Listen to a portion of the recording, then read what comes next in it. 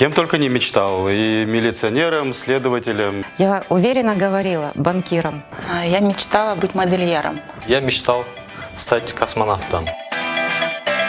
В банк принесла резюме, потому что моя близкая подружка позвонила и сказала, что открывается замечательная программа по микрофинансированию от Европейского банка реконструкции и развития, и стоит попробовать. В банк я попал благодаря моей маме, которая увидела объявление в газете и сама пошла и отдала мое резюме.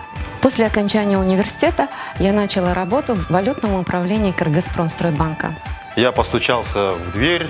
Я зашел просто в Национальный банк, потом ходил, тогда ни милиционеров, никого не было, ходил по этажам, выбирал таблички.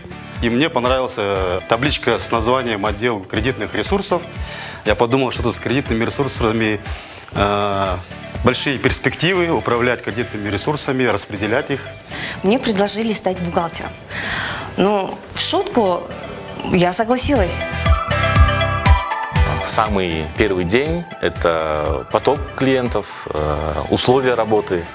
В те времена машин на всех не хватало, компьютеров, и нам, как стажерам, приходилось работать после рабочего дня, когда компьютеры освободятся.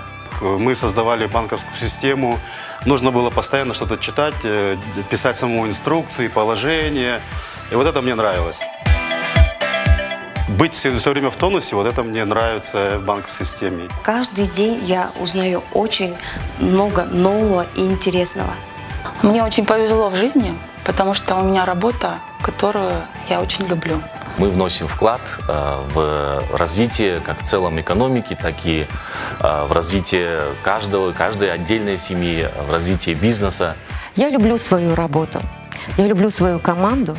Это дает мне уверенность и возможность расти профессионально. Когда человек уходит от нас радостный, реализовав свои планы, свои потребности, это дает ощущение того, что ты выполнил свою работу полноценно. И это есть то, ради чего я работаю в банке.